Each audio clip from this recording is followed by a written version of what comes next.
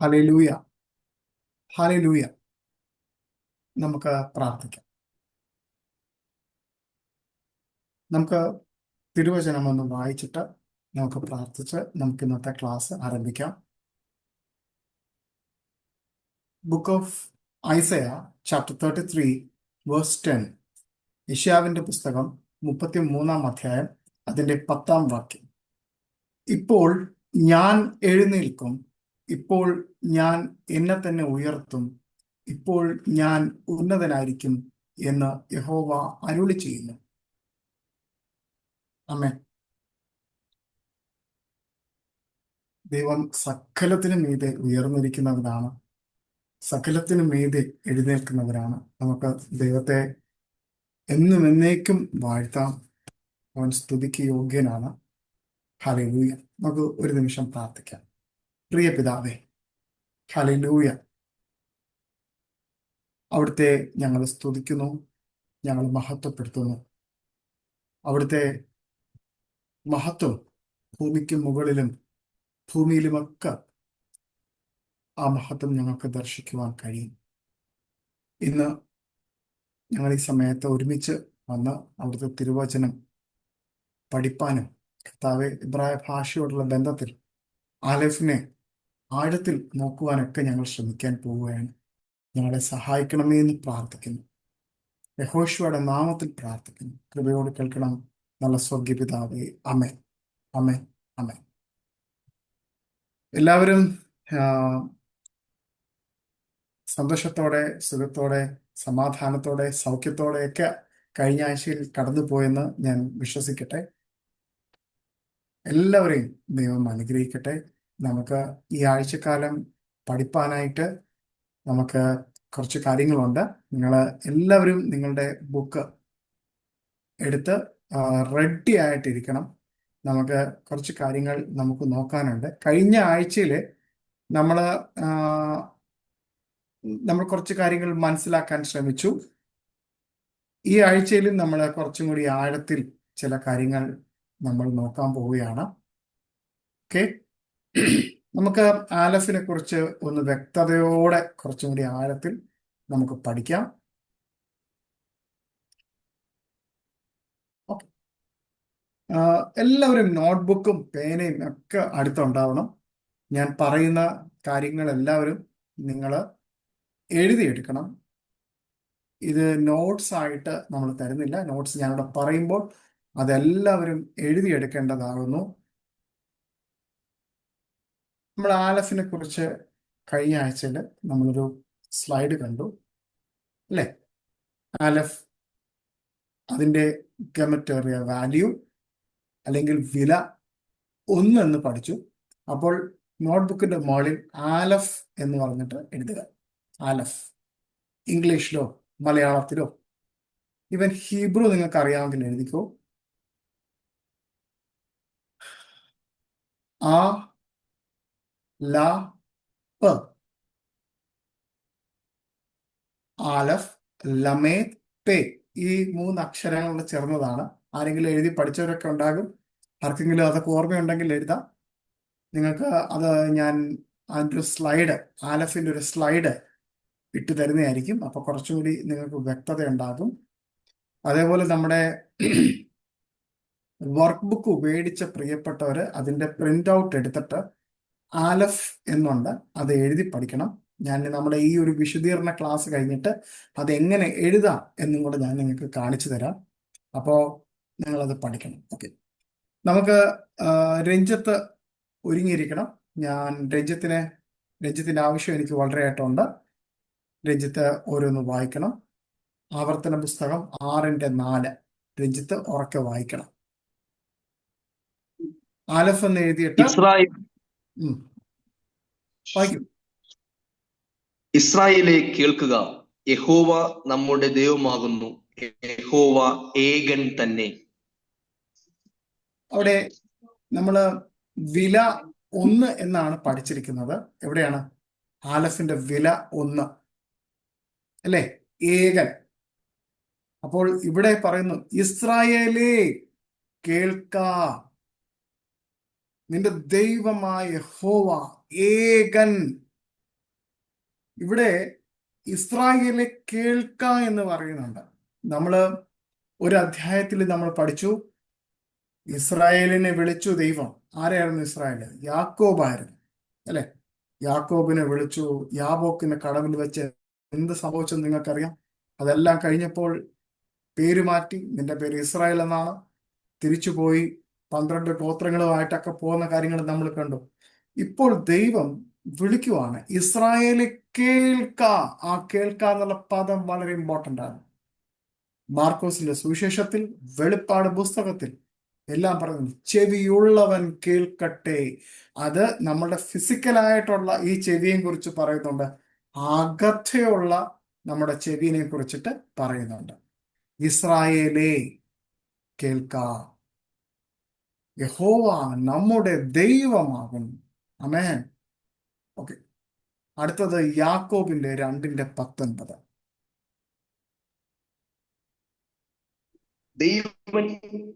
ദൈവം ഏകൻ എന്ന് നീ വിശ്വസിക്കുന്നുവോ? കൊള്ളാം, പിശാചുകളും അങ്ങനെ വിശ്വസിക്കുകയും വിറയ്ക്കുകയും ചെയ്യുന്നു. ഇവിടെ വീണ്ടും യാക്കോബിന്റെ പുസ്തകത്തിൽ വീണ്ടും പറയുന്നു, ഏകനാണ് അവൻ. ആരാണ്? പിശാച് പോലും അങ്ങനെ വിശ്വസിക്കുകയും വിറക്കുകയും ചെയ്യുന്നു എന്ന് പറയുന്നു. അപ്പോൾ നമ്മൾ ഒരിക്കലും എന്താണ് ഒരു കോൺസെപ്റ്റിലേക്ക്, വേറൊരു ആശയത്തിലേക്ക് വരരുത്. എന്താ? ദൈവം 3 പേരാണ് എന്നുള്ളൊരു ആശയത്തിലേക്ക് വരരുത്. ദൈവമായ ഹോവ ഒരുവനേ ഉള്ളൂ. ദൈവം ഏകനാണ്. മറ്റു ദൈവങ്ങളിലേക്ക് നിങ്ങൾ പോകരുത്. യാക്കോബിന്റെ ലേഖനമുണ്ട്, അതിൻ്റെ അകത്ത് 4-ാം അധ്യായത്തിൽ വ്യഭിചാരത്തെ കുറിച്ചൊരു കാര്യം പറയും. ഈ പഴയ നിയമത്തിൽ വ്യഭിചാരത്തെ വിഗ്രഹ ആരാധനയോട് ഉപമിച്ചിരിക്കുന്നു. അതുകൊണ്ട് നിങ്ങൾ മറ്റ് ദൈവങ്ങളിലേക്ക് പോകരുത് എന്നും കൂടി വലിയൊരു താക്കീത് തിരുവചനം നൽകുന്നു. അടുത്ത് നമുക്ക് വീണ്ടും നോക്കാം, എഫേസ്യർ 4, 5, 6 വാക്യങ്ങൾ എഴുതിക്കോ. എഫേസ്യർ 4, 5, 6. എഫേസ്യർ 4-ാം അധ്യായം 4, 5, 6 വാക്യങ്ങൾ. നിങ്ങളെ വിളിച്ചപ്പോൾ ഏകപ്രത്യാശയ്ക്കായി നിങ്ങളെ വിളിച്ചതുപോലെ ശരീരമൊന്ന്, ആത്മാവൊന്ന്, കർത്താവ് ഒരുവൻ, വിശ്വാസമൊന്ന്, സ്നാനമൊന്ന്, എല്ലാവർക്കും മീതെയുള്ളവനും എല്ലാവരിലും കൂടി വ്യാപരിക്കുന്നവനും എല്ലാവരിലും ഇരിക്കുന്നവനുമായി എല്ലാവർക്കും ദൈവവും പിതാവുമായി. ഇവിടെ വീണ്ടും പൗലോസ് അപ്പോസ്തലൻ എഫേസ്യർക്ക് എഴുതിയ ലേഖനത്തില് വളരെ അസന്നിഗ്ധമായിട്ട് തന്നെ പറയുന്നു, പിതാവൊരുവൻ, നിങ്ങൾ വിശ്വസിച്ച വിശ്വാസമൊന്ന്, സ്നാനമൊന്ന്, പ്രത്യാശയൊന്ന്. അപ്പൊ എല്ലാം ഏകമായിട്ട് തീരുന്ന എ യൂണിറ്റി ഓഫ് വണ്ണിലേക്ക് നമ്മൾ പോകുന്നു, അല്ലെ? നമ്മളെ വിളിച്ചത് ഒരു വിളിയാണ്. ആ വിളിയിൽ നമ്മൾ ആ വിളിയുടെ പ്രത്യാശയ്ക്കായിട്ട് ഏകന്റെ സ്വരം അനുസരിച്ചിട്ടാണ്, ഏകത്വത്തിലേക്കാണ് നമ്മൾ നീങ്ങുന്നത്. ആമേൻ. അടുത്തത് നമുക്ക് വീണ്ടും വായിക്കാം, വെളിപ്പാട് പുസ്തകം 4:2. ഉടനെ ഞാൻ ആത്മവിവശനായി സ്വർഗത്തിൽ ഒരു സിംഹാസനം വെച്ചിരിക്കുന്നതും സിംഹാസനത്തിൽ ഒരുവൻ ഇരിക്കുന്നതും കണ്ടു. ആമേൻ. സ്വർഗത്തിൽ ഒരു സിംഹാസനം, ആ സിംഹാസനത്തിൽ ഒരുവൻ ഇരിക്കുന്നതും ഞാൻ കണ്ടു. അപ്പോൾ ഇത് എന്തിനാണ് ഞാൻ ഇങ്ങനെ ഇത്രയും വചനങ്ങൾ നിങ്ങൾക്ക് തന്നെയെന്ന് വെച്ചാൽ, നിങ്ങളുടെ ഹൃദയത്തിലേക്ക് ഈ ആലഫ് എന്നുള്ള പദം, അതിൻ്റെ ആ ആ വില ഒന്ന് നിങ്ങളുടെ ഉള്ളിലേക്ക് വരുവാനും, അതേപോലെ തന്നെ നമ്മൾ ബൈബിളിലൂടെയാണ് നമ്മൾ ആലഫിനെ കൂടുതൽ പഠിക്കാൻ പോകുന്നത്. എന്തിനാണെന്ന് വെച്ച് കഴിഞ്ഞാൽ, നമ്മൾ ചില പദങ്ങൾ, ഇപ്പൊ ആലഫ് എന്നൊരു പദം നമ്മൾ കാണുന്നുണ്ട്, ആലൂഫ് എന്ന് വായിക്കാം. ഈ ആലൂഫ് എന്ന് എബ്രായത്തിൽ 1000 എന്നൊരു അർത്ഥവും കൂടിയുണ്ട്. അപ്പം നമ്മൾ ഇതിനെ ഡീകോഡ് ചെയ്യും. നമ്മൾ ഇന്ന് ആലഫ് പഠിക്കും, അടുത്ത ആഴ്ചയിൽ വീണ്ടും നമ്മൾ ബെയ്ത്ത് പഠിക്കാൻ പോകും, നമ്മൾ അതിൻ്റെ അടുത്ത ആഴ്ചയിൽ ഗിമൽ പഠിക്കും. അങ്ങനെ നമ്മൾ 22 അക്ഷരങ്ങൾ പഠിക്കുമ്പോൾ, നമ്മൾ എബ്രായ ബൈബിള് വായിക്കുമ്പോൾ അതിലെ ഓരോ അർത്ഥങ്ങളുടെ ആഴം, അതിൻ്റെ അകത്ത് അടങ്ങിയിരിക്കുന്ന പ്രവചനാത്മകമായ രഹസ്യങ്ങൾ, മർമ്മങ്ങൾ തിരിച്ചറിയേണ്ടതിന് നമുക്ക് ഇതിന്റെ ഓരോ ഘട്ടങ്ങളും നമുക്ക് മനസ്സിലാക്കാം. അത് നിങ്ങൾ പതുക്കെ പതുക്കെ ഞാൻ വിശദീകരിച്ചു തരുക. അടുത്തത് നമുക്ക് യെശയ്യാവിന്റെ പുസ്തകം 16-ാം അധ്യായത്തിന്റെ 5-ാമത്തെ വാക്യം എന്ന് പറയും. അങ്ങനെ ദയയാൽ സിംഹാസനം സ്ഥിരമായി വരും, അതിന്മേൽ ദാവീദിന്റെ കൂടാരത്തിൽ നിന്ന് ഒരുത്തൻ ന്യായപാലനം ചെയ്ത് ന്യായതൽപരനായും നീതി നടത്തുവാൻ വേഗതയുള്ളവനായും നേരോടെ ഇരിക്കും. ആമേൻ. അവിടെയും നമുക്ക് ഒരുവനെയാണ് കാണാൻ കഴിയുന്നത്. ആ ഒരുവനിലേക്കാണ് നമ്മുടെ ഫുൾ ഫോക്കസ് വരേണ്ടത്. ഹല്ലേലൂയ. അടുത്ത് നമുക്ക് യെശയ്യാവിന്റെ പുസ്തകം 44-6 വായിക്കാം. ഇസ്രായേലിന്റെ രാജാവായ യഹോവ, അവന്റെ വീണ്ടെടുപ്പുകാരനായ സൈന്യങ്ങളുടെ യഹോവ ഇപ്രകാരം അരുളി ചെയ്യുന്നു, ഞാൻ ആദ്യനും അന്ത്യനും ആകുന്നു, ഞാനല്ലാതെ ഒരു ദൈവവും ഇല്ല. തിരുവചനം വീണ്ടും വീണ്ടും വീണ്ടും വീണ്ടും പ്രസ്താവിക്കുന്നു, ഞാൻ ആലഫ് തൗ ആണ്, ഞാൻ ഒരുവനേ ഉള്ളൂ, ഞാൻ ആലഫ് തൗ ആണ്, ഞാൻ യത്ത് ആണ്, ഞാൻ ഒരുവനേ ഉള്ളൂ എന്ന് വീണ്ടും വീണ്ടും തെളിയിക്കുന്നു. ഇത് നിങ്ങളുടെ മനസ്സിലേക്ക് വരാനും ഇത്രയും വചനങ്ങൾ ഞാൻ തന്നത് നിങ്ങൾ ആ കാര്യങ്ങളെ കൂടുതൽ വ്യക്തതയോട് മനസ്സിലാക്കാൻ വേണ്ടിയിട്ടാണ്. നിങ്ങൾക്ക് ഇനിയും അനേകം വചനങ്ങൾ കണ്ടുപിടിക്കുകയാണെങ്കിൽ ഞാനുമായിട്ട് ഷെയർ ചെയ്യാം, നമുക്ക് നമ്മുടെ കാര്യങ്ങൾ ഡെവലപ്പ് ചെയ്യാം. അത് സന്തോഷമുള്ള കാര്യമാണ്. ഇനി 2.2 എന്ന് എഴുതിയിട്ട് സൈലന്റ് ലെറ്റർ അല്ലെങ്കിൽ നിശബ്ദമായ അക്ഷരം. അലഫ് ഒരു നിശബ്ദമായ അക്ഷരമാണെന്ന് ഞാൻ തുടക്കത്തിൽ പഠിപ്പിച്ചു. അവിടെ അങ്ങനെ എഴുതിയിട്ട് ഒരു ഹൈഫൺ ഇട്ടിട്ട് ആ, മലയാളത്തിലെ ആ എന്ന് എഴുതുക, ഒരു സ്ലാഷ് എന്നിടുക, എന്നിട്ട് എ, മലയാളത്തിലെ എ, എ. ഇംഗ്ലീഷ് എഴുതുന്ന പ്രിയപ്പെട്ടവര് AH, ആ എന്നുള്ള ആ ഒരു സൗണ്ട്, അല്ലെങ്കിൽ കോമ ഇട്ടിട്ട് EH, എ, എന്നുള്ള ഒരു പ്രൊണൗൺസിയേഷൻ വരുന്നുണ്ട്. അത് ഗ്രാമറാണ്, അത് പഠിപ്പിക്കാം. എന്നാലും നിങ്ങൾ അതങ്ങനെ എഴുതി വെച്ചോ, നിങ്ങൾക്ക് ഒരു ഐഡിയ കിട്ടാൻ വേണ്ടിയിട്ടാണ് ഞാൻ അങ്ങനെ പറഞ്ഞത്. നമുക്ക് പുറപ്പാട് പുസ്തകം 34-6 യെശയ്യാവിന്റെ പുസ്തകം 48-9 വായിക്കണം. പുറപ്പാട് പുസ്തകം 34-6 യെശയ്യാ പുസ്തകം 48-9 വായിക്കണം. യഹോവ അവന്റെ മുമ്പാകെ കടന്ന് ഘോഷിച്ചത് എന്തെന്നാൽ, യഹോവ യഹോവയായ ദൈവം, കരുണയും കൃപയും ഉള്ളവൻ, ദീർഘക്ഷമയും മഹാദയയും വിശ്വസ്തതയും ഉള്ളവൻ. ആമേൻ. ഇവിടെ നമുക്ക് കാണുവാൻ കഴിയുന്ന മറ്റൊരു കാര്യമുണ്ട്. ഇവിടെ തിരുവചനം പറയുന്നു, യഹോവയായ ദൈവം ദീർഘക്ഷമയും മഹാദയമുള്ളവൻ.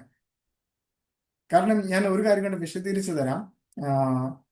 നമ്മളുടെ ചെറിയ ചെറിയ പാപങ്ങൾ അല്ലെങ്കിൽ ചെറിയ ചെറിയ തെറ്റുകൾക്കെല്ലാം ദൈവം നമ്മളോട് ദേഷ്യപ്പെടാൻ തുടങ്ങിയാൽ എന്തായിരിക്കും സ്ഥിതി? ഇപ്പോൾ ഇവിടെ ഇരിക്കുന്ന എല്ലാവർക്കും മക്കളുണ്ട്, അല്ലെ? ഇവിടെ ഇരിക്കുന്ന എല്ലാവരും കുഞ്ഞുങ്ങളുള്ളവരുണ്ട്, ഒക്കെ ഉണ്ട്, കല്യാണം കഴിക്കാത്തവരൊക്കെ ഉണ്ടാകും. നിങ്ങളുടെ മക്കള് ചെറിയ പ്രായത്തിൽ ചെറിയ ചെറിയ കുറ്റങ്ങൾ ചെയ്യുമ്പോൾ എല്ലാത്തിനും നിങ്ങൾ അടിക്കാനായിട്ട് പോവോ? ഇല്ല. അവരത് ചെയ്യുമ്പോൾ ചിലപ്പോൾ നിങ്ങൾ വിചാരിക്കും, ഓ, നമ്മുടെ ഫോട്ടോസ്റ്റാറ്റ് എന്തൊക്കെയോ കാണിക്കുന്നു, അല്ലെങ്കിൽ അങ്ങനെ കാണിക്കുന്നു.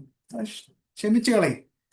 ദൈവത്തിന്റെ മഹാദയ, മഹാകരുണ, അവിടെ ആ സൈലൻസിനെയാണ് അത് കാണിക്കുന്നത്. ദൈവം എന്ന് പറയുന്നത് ഏകനാണ്, സർവശക്തിയുള്ള ദൈവമാണ് എന്നൊക്കെ നമ്മൾ പഠിച്ചു, അർത്ഥം പഠിച്ചു. ഇനി നമ്മൾ കുറച്ചുകൂടെ ആഴത്തിലോട്ട് പോവുകയാണ്. അപ്പൊ ഇത് കാണുമ്പോൾ നമ്മൾ മനസ്സിലാക്കുന്ന ദൈവം ഇതെല്ലാം ഉണ്ടെങ്കിലും ദൈവം എപ്പോഴും സൈലന്റ് ആണ്. സൈലന്റ്. നമുക്കൊരു മനോഹരമായ ഒരു വാക്കുണ്ട് ഉൽപ്പത്തി പുസ്തകത്തില് 7-ാം ദിവസം സകലതും നിവർത്തീകരിച്ചിട്ട് ദൈവം ആ വിശ്രമത്തിലേക്ക്, സ്വസ്ഥതയിലേക്ക്, ശബത്തിലേക്ക് കടന്നു. നിത്യമായിട്ടുള്ള ആ ശബത്തിലേക്കാണ് നമ്മളെ വിളിച്ചിരിക്കുന്നത്. സ്വസ്ഥത. എബ്രായർക്ക് എഴുതിയ ലേഖനത്തിൽ അതിന്റെ ഒരു വിശദീകരണമുണ്ട് മനോഹരമായിട്ട്. നമുക്ക് അടുത്ത വാക്യത്തിലേക്ക് പോകാം. രഞ്ജിത്തെ, ഏഷ്യാവിന്റെ പുസ്തകം 48:9. എന്റെ നാമനിമിത്തം ഞാൻ എന്റെ കോപത്തെ താമസിപ്പിക്കുന്നു, നിന്നെ സംഹരിക്കേണ്ടതിന് എന്റെ സ്തുതി നിമിത്തം ഞാൻ അടങ്ങിയിരിക്കുന്നു. അമേൻ. ഇതെല്ലാം ആ സൈലന്റ് ലെറ്ററിന്റെ ആ ഒരു ഇതിനെയാണ് കാണിക്കുന്നത്. താൻ ചെയ്ത പ്രവൃത്തിയൊക്കെയും ദൈവം തീർത്ത ശേഷം ഓക്കെ, ഇത് ഉൽപ്പത്തി പുസ്തകമാണ് സാറേ. നമുക്ക് ആ ഏഷ്യാവിന്റെ പുസ്തകം 48:9 ഒന്ന് കാണിക്കാം. No problem, no problem, no problem.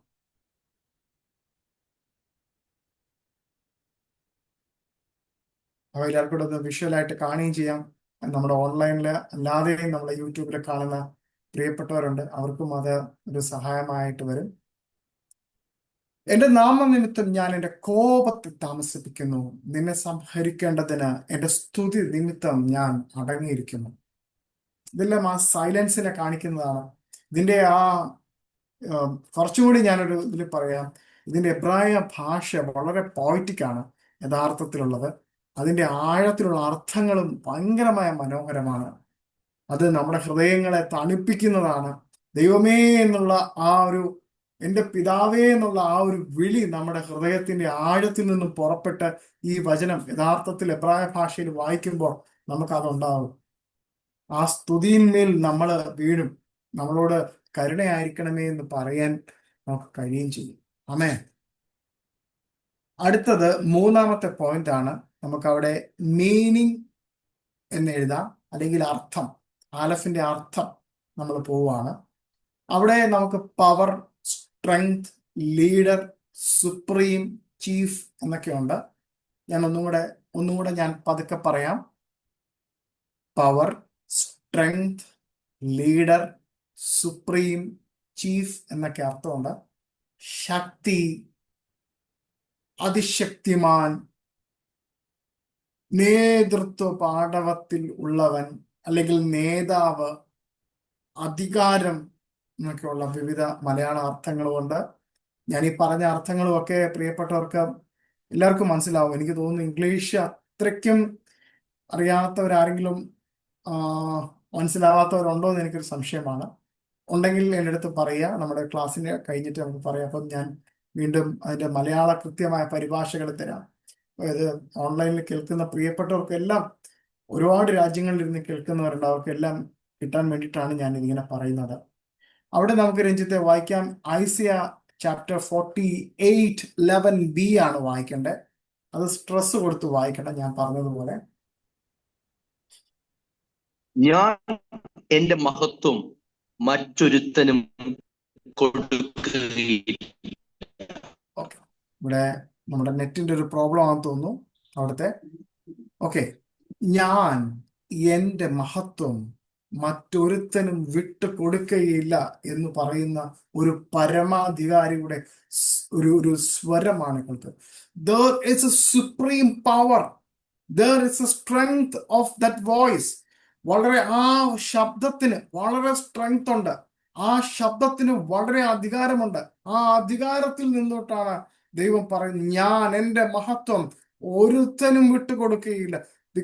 കാരണം ഞാനാണ് ദൈവം, ഞാനാണ് പ്രപഞ്ചത്തെ സൃഷ്ടിച്ചത്. എനിക്ക് മുൻപും പിൻപുമില്ല, എനിക്ക് മാത്രം. ദാറ്റ് പ്രസന്റ് ഐ ആം എന്നുള്ള ഒരൊറ്റ കാര്യമേ ഉള്ളൂ. റെവലേഷൻ ചാപ്റ്റർ 1:8 നമുക്ക് വായിക്കാം. വെളിപ്പാട് പുസ്തകം 1:8. ഞാൻ ആൽഫയും ഒമേഗയുമാകുന്നു എന്ന് ഇരിക്കുന്നവനും ഇരുന്നവനും വരുന്നവനുമായി സർവശക്തിയുള്ള ദൈവമായ കർത്താവ് അരുളി ചെയ്യുന്നു. ഇവിടെ നമുക്ക് കാണുവാൻ കഴിയും, വെളിപ്പാട് പുസ്തകത്തിൽ നമ്മുടെ ദൈവം പറയുന്ന, യഹോശുവ പറയുന്ന ഒരു കാര്യമുണ്ട്. ഞാൻ ആലഫ് തൗ ആകുന്നു. ഞാൻ ഇരിക്കുന്നവനും ഇരുന്നവനും വരുന്നവനുമായ സർവശക്തിയുള്ള ദൈവമായ കർത്താവ് അരുളി ചെയ്യുന്നു. അത് നമുക്ക് അതിന്റെ വിശദീകരണം നമുക്ക് യോഹന്നാന്റെ പുസ്തകം 1-ാം അധ്യായം 1 മുതൽ 5 വരെയുള്ള വാക്യങ്ങളിൽ നമുക്ക് കാണാം. രഞ്ജിത്ത് വായിക്കണ്ട. എൻ്റെ പ്രിയപ്പെട്ടവർ അത് പോയിട്ട് ഇതെല്ലാം ഒന്ന് പഠിക്കുമ്പോൾ ജസ്റ്റ് അതും കൂടെ ചേർത്ത് നോക്കി പഠിച്ചാൽ മതിയാകും. അതേപോലെ തന്നെ നമുക്ക് റെവലേഷൻ ചാപ്റ്റർ 21-22 നമുക്കൊരു പ്രയോഗം കാണാം. ദൈവമായ കർത്താവും കുഞ്ഞാടും. ദൈവമായ കർത്താവും കുഞ്ഞാടും. അവിടെ രണ്ടല്ല, അവിടെ ഒന്നിനെ കുറിച്ചാണ് പറയുന്നത്. അവിടെ ദൈവത്തിന്റെ പരമാധികാരത്തെ കുറിച്ചാണ് പറയുന്നത്. ദൈവം താൻ ജഡത്തിൽ ഭൂമിയിലേക്ക് വരികയും മനുഷ്യനായിട്ട് ജീവിച്ച് ആ സകലതും ആ കുഞ്ഞാടിന്റെ പ്രവൃത്തിയിൽ നിവർത്തീകരിക്കുന്നതാണ് അവിടെ കാണാൻ കഴിയുന്ന ഒരു മനോഹരമായ ഒരു പ്രയോഗമാണ്. ഇബ്രായ ഭാഷയിലാണ് അത് എഴുതപ്പെട്ടത്. അപ്പോക്കാലിപ്റ്റിക് ലാംഗ്വേജിലാണ് വെളിപ്പാട് പുസ്തകം എഴുതിയത്. അവിടെ കാണാൻ കഴിയും ദൈവമായ കർത്താവും കുഞ്ഞാടും ഒരൊറ്റ സീറ്റിലിരിക്കുന്നു. ആമേൻ. നമുക്കിനി 4ാമത്തെ പോയിന്റ് എഴുതാം. 4 എഴുതിയിട്ട് പിക്ചർ വേർഡ്, അല്ലെങ്കിൽ മലയാളത്തിൽ എഴുതുന്നവർക്ക് ചിത്രാക്ഷര അർത്ഥം എന്ന് എഴുതാം. ചിത്രാക്ഷര അർത്ഥം എന്ന് എഴുതാം, അല്ലെങ്കിൽ പിക്ചർ വേർഡ് മീനിങ് എന്ന് എഴുതാം. ഓക്സ് ഹെഡ് എന്ന് എഴുതാം. Ox head, കാളത്തല.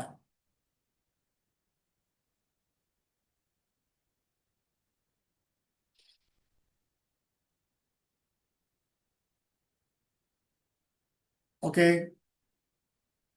എക്സോഡസ് 15:2 ഒന്ന് വായിക്കാമോ? എന്റെ ബലവും എന്റെ ഗീതവും യഹോവയത്രേ, അവൻ എനിക്ക് രക്ഷയായി തീർന്നു. അവൻ എന്റെ ദൈവം, ഞാൻ അവനെ സ്തുതിക്കും. അവൻ എന്റെ പിതാവിൽ ദൈവം, ഞാൻ അവനെ പുകഴ്ത്തും. പുറപ്പാട് പുസ്തകം 15:2 വായിച്ചത്. അതെ സർ. ഓക്കെ. ആ, എന്റെ ബലവും എന്റെ ഗീതവും യഹോവയത്രേ, അവൻ എനിക്ക് രക്ഷയായി തീർന്നു. അവൻ എന്റെ ദൈവം, ഞാൻ അവനെ സ്തുതിക്കും. അവൻ എന്റെ പിതാവിൻ ദൈവം, ഞാൻ അവനെ പുകഴ്ത്തും. ഇവിടെ നമുക്ക് കാണുവാൻ കഴിയുന്ന ആ സ്ട്രെങ്തിനെ കുറിച്ചിട്ടാണ്. കാരണം ആ ഓക്സിനെ കാണിക്കുന്നത്, ഓക്സ് ഹെഡിനെ കാണിക്കുന്നതെന്ന് വെച്ചാൽ അവിടെ ആ സ്ട്രെങ്തിനെ കുറിച്ചിട്ടാണ് കാണിക്കുന്നത്. ആ സ്ട്രെങ്തിന്റെ എന്താ പറയാ, ആ ശക്തിയുടെ അധികാരത്തെയാണ്. ഞാൻ അതിനെക്കുറിച്ച് കൂടുതലും കൂടി ആഴത്തിൽ നമുക്ക് പഠിക്കാം. ജസ്റ്റ് നമുക്ക് ഈ ഒരു എക്സ്പ്ലനേഷനിൽ നിന്നും കുറച്ചും കൂടി ആഴത്തിലേക്ക് നമുക്ക് പോകാം. അടുത്ത എസെക്കിയേൽ 45:18 ഒന്ന് എഴുതാമോ, വായിക്കാമോ? യഹോവയായ കർത്താവ് ഇപ്രകാരം അരുളി ചെയ്യുന്നു: 1-ാം മാസം 1-ാം തീയതി നീ ഊനമില്ലാത്ത ഒരു കാളക്കുട്ടിയെ എടുത്ത് വിശുദ്ധ മന്ദിരത്തിന് മതി മതി, ഒരു കാളക്കുട്ടിയെ. ആ കാളക്കുട്ടിയെ എന്ന് കാണിക്കുന്ന എല്ലാം യേശു കർത്താവിനെയാണ് കാണിക്കുന്നത്. ആ കാളക്കുട്ടിയെ അവിടെ കാണിക്കുന്നതെന്ന് വെച്ചാൽ ആ സ്ട്രെങ്തിനെയാണ് കാണിക്കുന്നത്. ആ സ്ട്രെങ്തിനെയാണ് കാണിക്കുന്നത്. അതേപോലെ തന്നെ നമുക്ക് എബ്രായർക്ക് എഴുതിയ ലേഖനം 9-ാം അധ്യായം അതിന്റെ 12-13 വാക്യങ്ങളിൽ വായിച്ചാൽ ഇവിടെ ആ ക്രിസ്തുവിന്റെ രക്തത്തെക്കുറിച്ച് കാണുവാൻ കഴിയും. ഏകന്റെ രക്തത്തെക്കുറിച്ച് കാണിക്കും.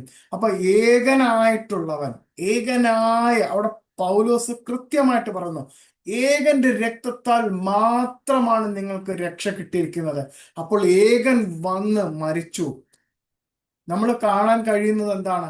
അവിടെ നമ്മൾ തുടക്കം എന്താ പഠിച്ചേ? ഏകനായിട്ടിരിക്കുന്നവൻ ആരാണ്? ഏകന്റെ സ്വഭാവത്തെക്കുറിച്ച് നമ്മൾ പഠിച്ചു. ഇപ്പോൾ ഇവിടെയും വീണ്ടും നമ്മൾ സ്വഭാവത്തെക്കുറിച്ച് കാണിക്കുവാണ്. അതേപോലെ തന്നെ എബ്രായർക്ക് എഴുതിയ ലേഖനത്തിൽ പറയുന്നു, എന്താ പറയുന്നത്? ഇവിടെ ഏകന്റെ മരണത്തിലൂടെ അനേകർക്ക് നിത്യജീവനിലേക്ക് കടന്നു വരുവാനുള്ള ആ സ്ട്രെങ്ത് ഉള്ള ഒരുവനിൽ നിന്നും ആ സ്ട്രെങ്ത് ഉള്ളവൻ മരിച്ചു. എന്തിനാ? സ്ട്രെങ്ത് ഇല്ലാത്തവരെ ആ സ്ട്രെങ്ത്തിലേക്ക് കൊണ്ടുവരുവാനായിട്ട്. ഓക്കെ, ഇനി നിങ്ങൾക്ക് ഒരു അസൈൻമെന്റ് ഞാൻ തരുവാണ്.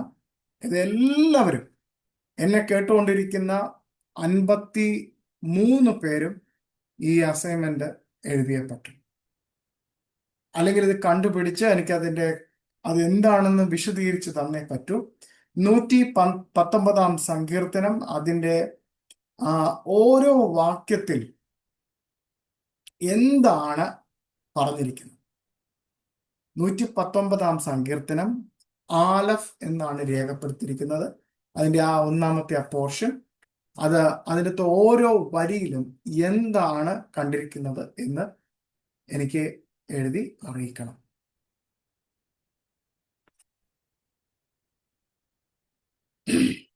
ഓക്കെ, ഇത്രയുമാണ് നമുക്ക് എന്താണ് ഇതിൽ കാണാൻ കഴിയുന്നത്. നമുക്ക് ഇനി മറ്റ് ഒരു കാര്യം കൂടെ നോക്കിയിട്ട് നമുക്ക് കുറച്ചും കൂടി പഠിക്കാം. ഞാൻ അത് അതിൻ്റെ സ്ക്രീൻ ഒന്ന് ഷെയർ ചെയ്തോട്ടെ.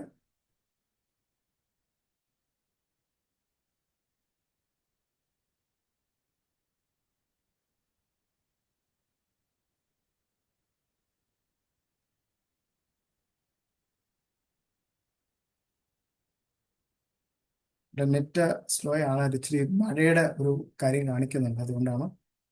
നിങ്ങൾ നിങ്ങളുടെ മുമ്പിൽ സ്ക്രീൻ വന്നിട്ടുണ്ടോ? യെസ്. Okay, thank you.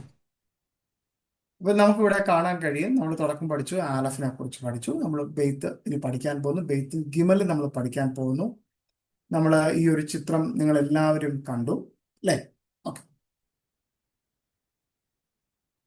നമ്മൾ ഈ ഇൻഫോർമേഷൻസിൽ നമ്മൾ കടന്നു പോയായിരുന്നു പാസ്റ്ററെ കഴിഞ്ഞ പ്രാവശ്യം? ഇത് കണ്ടായിരുന്നോ? ആരെങ്കിലും കണ്ടായിരുന്നോ? ഇല്ല. Okay, okay, fine. നമ്മൾ ഇവിടം വരെയാണ് കഴിഞ്ഞ വട്ടം കണ്ടത്. ഇവിടം വരെയാണ് എനിക്ക് ഓർമ്മയുള്ളത്. നമ്മൾ ഇവിടെയാണ് സംസാരിച്ച് നിർത്തിയിരുന്നത്. ആലഫ് എന്ന് നിങ്ങൾക്ക് ഇംഗ്ലീഷിൽ കാണാൻ കഴിയും, ആലഫ് എന്ന് ഹീബ്രുവിൽ കാണാൻ കഴിയും, ആലഫ് എന്ന് മലയാളത്തിൽ കാണാൻ കഴിയും. ഞാൻ ഈ സ്ലൈഡ് നിങ്ങൾക്ക് ഞാൻ അങ്ങോട്ട് അയച്ചു തരാം. അപ്പോൾ നിങ്ങൾക്കത് സൂക്ഷിച്ചു വെക്കാം. പ്രിന്റ് ഔട്ട് എടുക്കേണ്ടവർക്ക് പ്രിന്റ് ഔട്ട് എടുത്ത് വെക്കാം. അത് വളരെ ഉപകാരമാവും. പ്രത്യേകിച്ച് നമ്മുടെ വർക്ക് ബുക്കും അതേപോലെ തന്നെ ഫ്ലാഷ് കാർഡും മേടിച്ച പ്രിയപ്പെട്ടവർക്ക് ഇത് എഴുതണമെന്നില്ല. ബിക്കോസ് അവരുടെ അതിലുണ്ട്, അവർ അതിന്റെ പ്രിന്റ് ഔട്ട് എടുത്താൽ മതിയാകും. അതിൻ്റെ കംപ്ലീറ്റ് കാര്യം ഞാൻ ഈ പറഞ്ഞിരിക്കുന്ന early Hebrew, middle Hebrew, late Hebrew, modern Hebrew ഒക്കെ അതിൻ്റെ അകത്തുണ്ട്. അപ്പൊ നിങ്ങൾക്ക് അത് വളരെ ഉപകാരമാകും. ഓക്കെ, അഡ്വാൻസ് ഇൻഫോർമേഷൻ എന്ന് പറഞ്ഞിട്ട് നമുക്ക് നോക്കാം. നമുക്ക് ആദ്യമേ ഗമറ്റേറിയ വാല്യൂ 1 കാണാൻ കഴിയും. അതിന്റെ പിക്ടോഗ്രാഫ് ഒരു കാളത്തലയായിട്ട് നമുക്ക് കണ്ടു. പിന്നെ കെറ്റ ഇവ്രി, മനസ്സിലായോ? ഞാൻ ഈ കെറ്റ ഇവ്രി എന്ന് പറഞ്ഞത് നമ്മൾ പഠിച്ചായിരുന്നു. കെറ്റ ഇവ്രി എന്ന് പറഞ്ഞത് കെറ്റ അശൂരത്ത് നമ്മൾ പഠിച്ചു. കെറ്റ ഇവ്രി എന്ന് പറഞ്ഞത് നമ്മൾ പഠിച്ചു ഏതാ? ഒരു മിഡിൽ ഏജ്, അതായത് നമ്മളുടെ പ്രവാസത്തിന് മുൻപേ ഉള്ള ഒരു കാലഘട്ടത്തിലുള്ള എഴുത്തിനെയാണ് നമ്മൾ കെറ്റ ഇവ്രി എന്ന് പറഞ്ഞ് നമ്മൾ പഠിക്കുന്നത്. നമ്മളെ പിക്ടോഗ്രാം കഴിഞ്ഞിട്ട് കുറേ കാലഘട്ടം, അതായത് ന്യായാധിപന്മാരുടെ അല്ല, അതും കഴിഞ്ഞ് നമ്മുടെ ദാവീദിന്റെയൊക്കെ ദാവീദ്, ഐസയ, അതേപോലെ തന്നെ ശലമോൻ, ഇവരൊക്കെ എഴുതിയത് ഈ കെറ്റ ഇവ്രി എന്ന് പറഞ്ഞ് കാണുന്ന ആ ഒരു അക്ഷരത്തിലാണ്. പിന്നെ പ്രവാസത്തിൽ നിന്ന് മടങ്ങി വന്നതിന് ശേഷം അശൂറിന്റെ, അതായത് അസ്രിയൻ സാമ്രാജ്യത്വത്തിന്റെ ഭാഗത്തു നിന്നും കടന്നു വന്നപ്പോൾ അവർക്ക് അവിടുന്ന് അവരുടെ ഒരു ഇൻഫ്ലുവൻസിൽ വന്നപ്പോൾ അരാമിക് ഭാഷയിലുള്ള ഒരു സ്വാധീനം വന്നു എന്ന് ഞാൻ പഠിപ്പിച്ചിരുന്നു. അങ്ങനെയാണ് ആ സ്ക്വയർ ഫോർമാറ്റിലുള്ള അക്ഷരം അവരുടെ ലിപികളിലേക്ക് കൊണ്ടുവരുവാൻ അവർ ചെയ്തത്. ഇപ്പോൾ അവസാനം കാണുന്ന ആലഫുണ്ട്, അത് മോഡേൺ നമ്മൾ ഇപ്പോൾ പഠിക്കുന്ന അതിലേക്ക് വന്നു. അവിടെ ഫ്രം ദ ഫിനിഷ്യൻ കെറ്റ ഇവ്രി, the letter Aleph morphed into the Greek letter Alpha, from which came the Latin A. അവിടെ നമുക്ക് കാണുവാൻ കഴിയും, ഇപ്പുറത്തുനിന്ന് ഒരു കാളത്തല കണ്ടു. ആ കാളത്തലയുടെ ഇപ്പുറത്തായിട്ട് നമ്മൾ കെറ്റ ഇവ്രിയുടെ ഒരു സ്റ്റൈല് കണ്ടു. ആ സ്റ്റൈലിൽ നിന്നും മോർഫ്ഡ് ഇൻ ടു ഗ്രീക്ക് ആൽഫയിലേക്ക് വന്നു. ആ ആൽഫയിൽ നിന്നും പിന്നെ ലാറ്റിൻ അതിലേക്ക് വന്നു. അത് കാണാം. പിന്നെ ആ മോഡേൺ ഇംഗ്ലീഷിലും ലാറ്റിന്റെ സ്വാധീനത്തിലാണ് എ എടുത്തിരിക്കുന്നത്.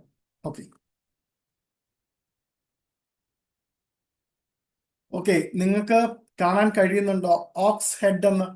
അവിടെ നമുക്ക് കാണുന്ന ഒരു സാധനമാണ് റോഷ് ഷോർ. അതാണ് ആ പദമാണ് കാളയുടെ തലയ്ക്ക് എബ്രായ ഇതിൽ പറയുന്ന റോഷ് ഷോർ. അത് എഴുതി വെക്കുവാണെങ്കിൽ നന്നായിരിക്കും. അതല്ലെങ്കിൽ ഞാൻ ആ സ്ലൈഡും കൂടെ നിങ്ങൾക്ക് ഇട്ടുതരാം, നിങ്ങൾക്ക് അത് എഴുതിയെടുക്കാം. അല്ല, നിങ്ങൾക്ക് വീഡിയോ കാണാം, നിങ്ങൾ വീഡിയോ കണ്ട് നിങ്ങൾക്ക് അത് വീണ്ടും എഴുതുന്നതായിരിക്കും നല്ലത്. ഇവിടെ ഇതൊരു നമുക്ക് ഇച്ചിരി പഠിക്കേണ്ട ഒരു സംഭവമാണ്. നമ്മൾക്കിവിടെ ആലഫിനെ കുറിച്ച് നമ്മൾ കാണണം. ആലഫിന് രണ്ട് കൈയുണ്ട്, ഒന്ന് മേളിലോട്ടും ഒന്ന് താഴോട്ടും.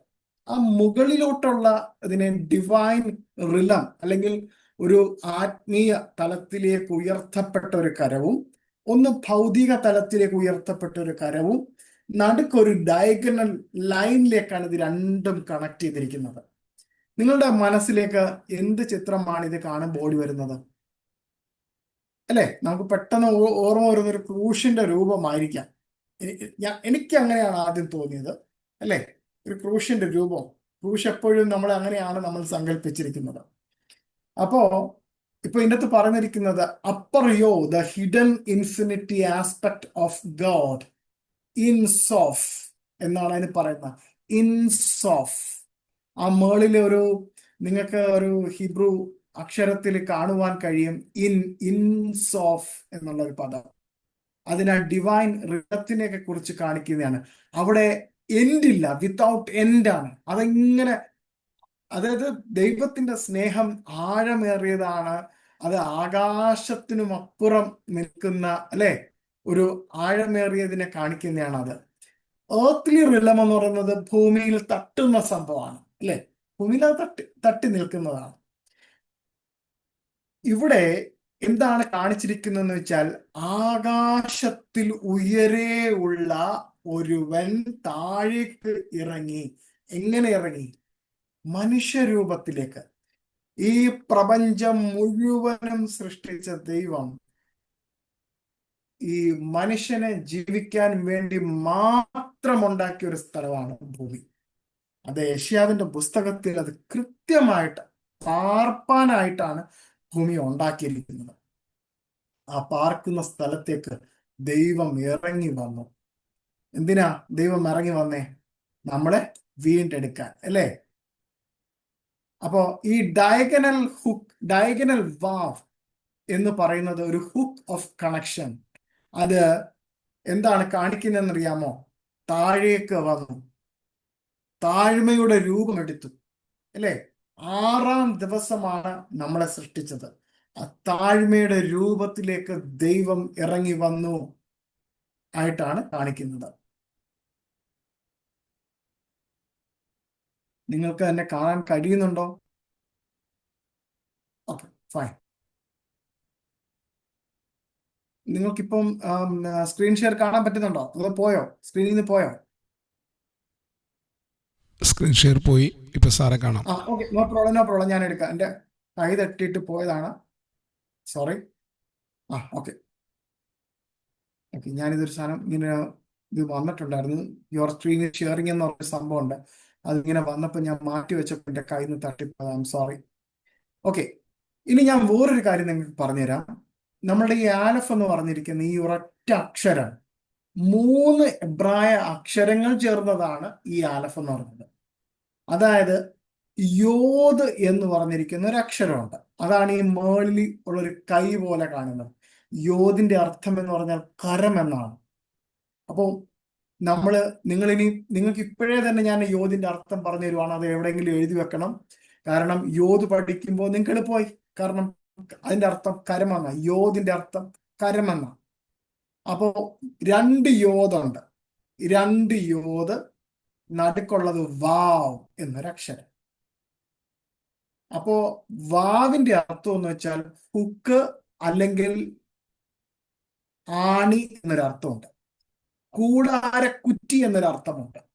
കൂടാരക്കുറ്റി, അത് tent peg or hook nail എന്നൊക്കെ അർത്ഥമുണ്ട്. അപ്പോ എന്താ അവിടെ കാണാൻ കഴിയുന്നത്? 2 വ്യക്തികളെ തമ്മിൽ അല്ലെങ്കിൽ 2 കാര്യത്തെ കണക്ട് ചെയ്യാൻ നമ്മൾ എന്താ ചെയ്യുന്നത്? 2 ആണി ഉപയോഗിക്കാറുണ്ട്, ഹുക്ക് ഉപയോഗിക്കാറുണ്ട്, അല്ലെ? ആ ഒരു ഹുക്കിന്റെ ഒരു സംഭവം കൂടി ആണ് ഈ നടുക്കുള്ള ആ വര. ഇത് 3 അക്ഷരം ചേർന്നതാണ് ആലഫ് എന്ന് പറയുന്നത്. ഇത് ഒരു എന്താ പറഞ്ഞ ആഴത്തിലുള്ള വേറൊരു അർത്ഥം ഇതിൻ്റെ അകത്ത് കിടപ്പുണ്ട്. അടുത്ത സ്ലൈഡുകളിൽ നമുക്കത് കാണാം. എന്താണ് ഞാൻ അതിൻ്റെ അകത്ത് പറയാൻ പോകുന്ന കാര്യം. ആലഫിന്റെ വില എത്രയാണെന്ന് നിങ്ങൾ പഠിച്ചത്? 1 പഠിച്ചു അല്ലേ?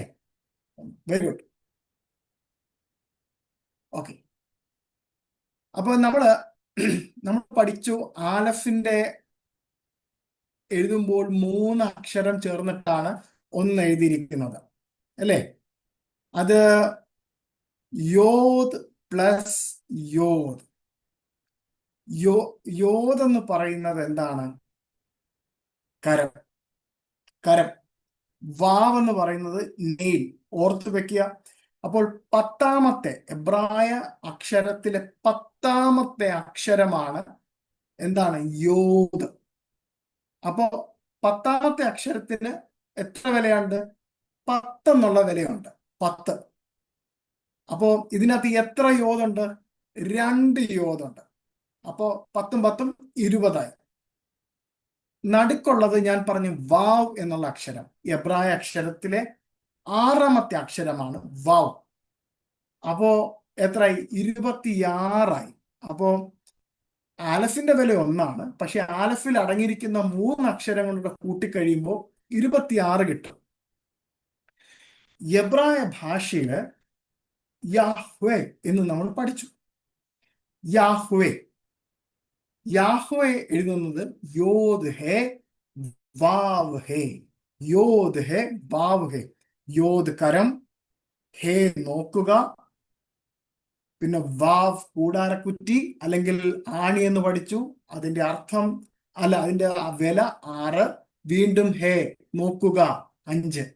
അപ്പോൾ എത്രയായി? 10, 5, 5 എത്രയായി? 20ആയി. 20 + 6 26.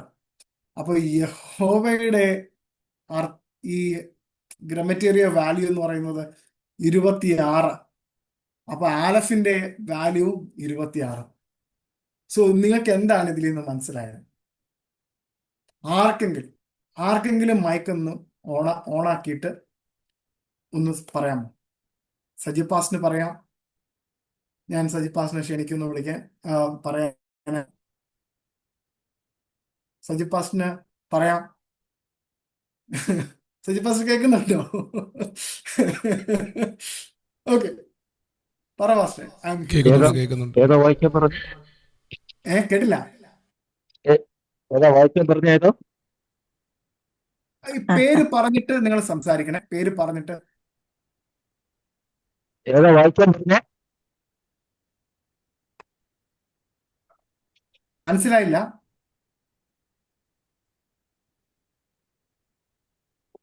ഞാൻ പറഞ്ഞത് ഈ ആലഫ് എന്നുള്ളതിന്റെ കാണാൻ കഴിയുന്നത് 26 എന്നുള്ള ഒരു വിലയുണ്ട്. യാഹ്വേ വായിക്കുമ്പോഴും 26 ഉണ്ട്.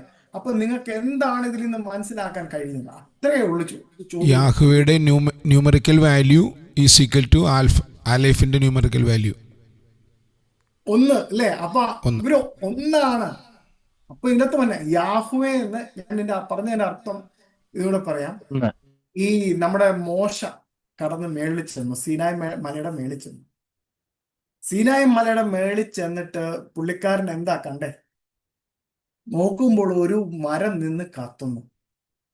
പക്ഷെ മരത്തിന്റെ ഇലയൊന്നും ഉണങ്ങി പോയിട്ടില്ല. കാരണം ഒരു ചൂടടിക്കുമ്പോൾ നമ്മുടെ നാട്ടിലൊക്കെ ഇപ്പൊ വേനൽ അടിക്കുമ്പോ തന്നെ തെങ്ങോലയൊക്കെ ഇതാവാറുണ്ട്, കരിഞ്ഞു പോവാറുണ്ട്. ഇത് കരിയുന്നില്ല. കരിയാതെ നിന്നിട്ട് കത്തുന്നു. അതിന്റെ നടുവിൽ നിന്നും ഒരു ശബ്ദം കേൾക്കുന്നു, നിന്റെ ചെരുപ്പ് ഊരിയിട്ട് മുന്നോട്ട് വരിക. അവർ തമ്മിൽ പിന്നെ ഡിസ്കഷൻ ആരംഭിക്കുന്നു. ഈ ഡിസ്കഷൻ ആരംഭിച്ച് കുറച്ച് കഴിയുമ്പോൾ പുള്ളി അവിടുന്ന് സ്വരം പറയുന്നു, യഹിയാ അഷേർ യഹിയാ, I am that I am. ഞാനാകുന്നു യഹിയാ അഷേർ യഹിയാ എന്ന് പറഞ്ഞു. എന്നിട്ട് ചോദിച്ചു, എനിക്ക് മനസ്സിലായില്ല ഈ പറഞ്ഞത് എന്താന്ന്. I am that I am എന്താണ് എൻ്റെ അർത്ഥം? അപ്പൊ പറഞ്ഞു, എന്റെ പേര് യാഹ്വേ എന്നാണ്. അപ്പൊ മോശ അത് കേട്ടു. മോശയ്ക്ക് എബ്രായ ഭാഷ അറിയാവുന്നുണ്ട്. മോശ അത് കേട്ടിട്ട് നിലത്ത് വീണു. ദൈവമേ, നീയാണോ? അപ്പൊ അതിന്റെ അകത്ത് തന്നെ ആ മോശ എടുത്ത് അന്നത് പറഞ്ഞപ്പോൾ, യാഹുവേ ഞാനാണ് എന്ന് പറഞ്ഞപ്പോൾ മോശയ്ക്ക് കാര്യം കൃത്യം പിടികിട്ടി. ഈ പറയുന്ന അല്ലെങ്കിൽ ഈ കേൾക്കപ്പെടുന്ന സ്വരം ആണ് ഇനി കാലസമ്പൂർണത വരുമ്പോൾ ഭൂമിയിലേക്ക് പോയി മനുഷ്യനായിട്ട് അവിടെ ജീവിച്ച് മനുഷ്യർക്ക് വേണ്ടിയിട്ട് മരിച്ച് അടക്കപ്പെട്ട് ഉയർത്തെഴുന്നേറ്റ് എല്ലാവരെയും പ്രിയ മക്കളാക്കി നെഞ്ചോട് ചേർക്കാൻ പോകുന്നത്. ഇതിന്റെ ഒരു പ്രതീകാത്മകമായിരുന്നു നമ്മൾ പഴയ നിയമത്തിൽ കണ്ടത്. ഓക്കെ, അടുത്ത സ്ലൈഡിലേക്ക് ഞാൻ പോകട്ടെ.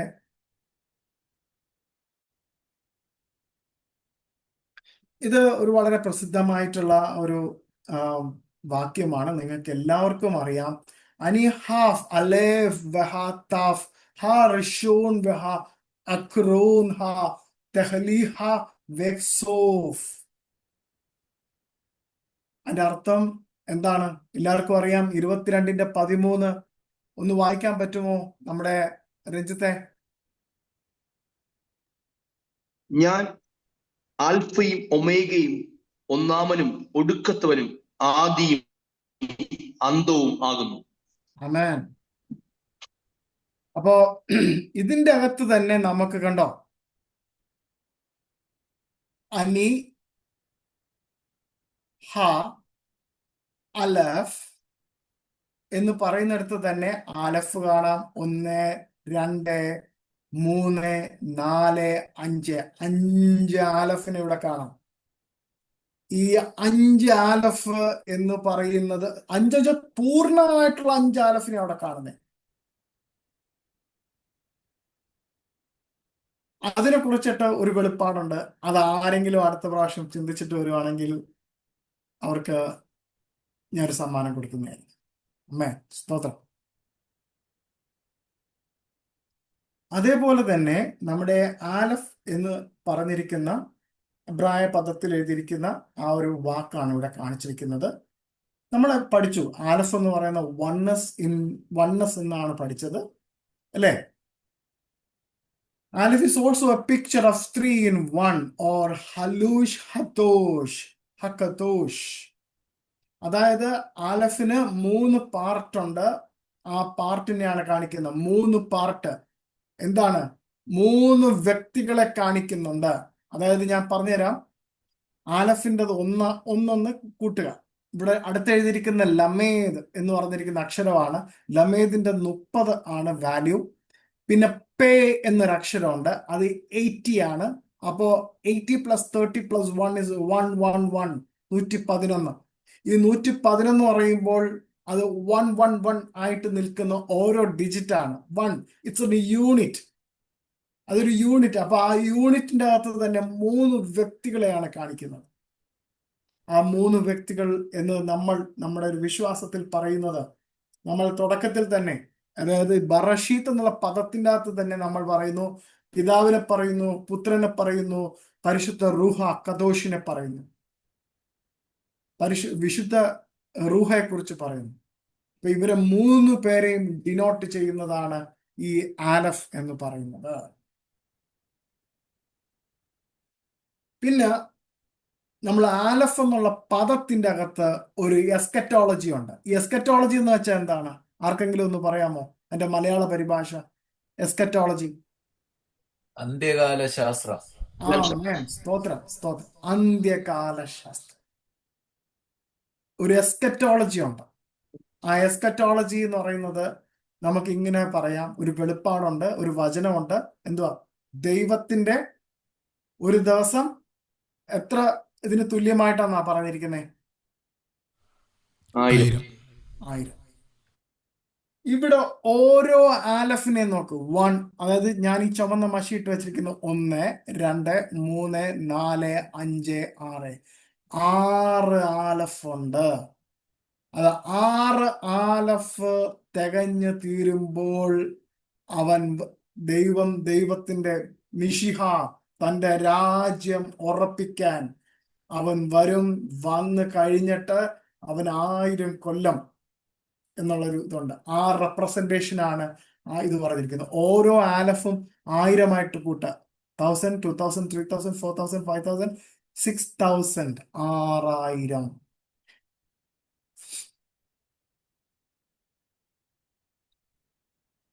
അതിന്റെ മലയാള വിവർത്തനം ഞാൻ പ്രിയപ്പെട്ടവർക്ക് വേണ്ടിയിട്ടൊന്ന് വായിക്കാം.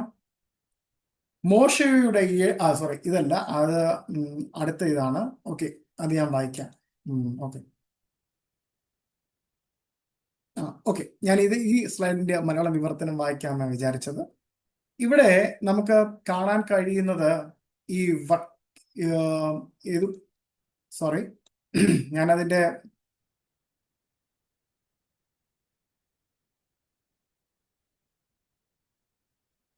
അത് നിങ്ങൾക്ക് കാണാൻ കഴിയുന്നുണ്ടല്ലോ അല്ലെ?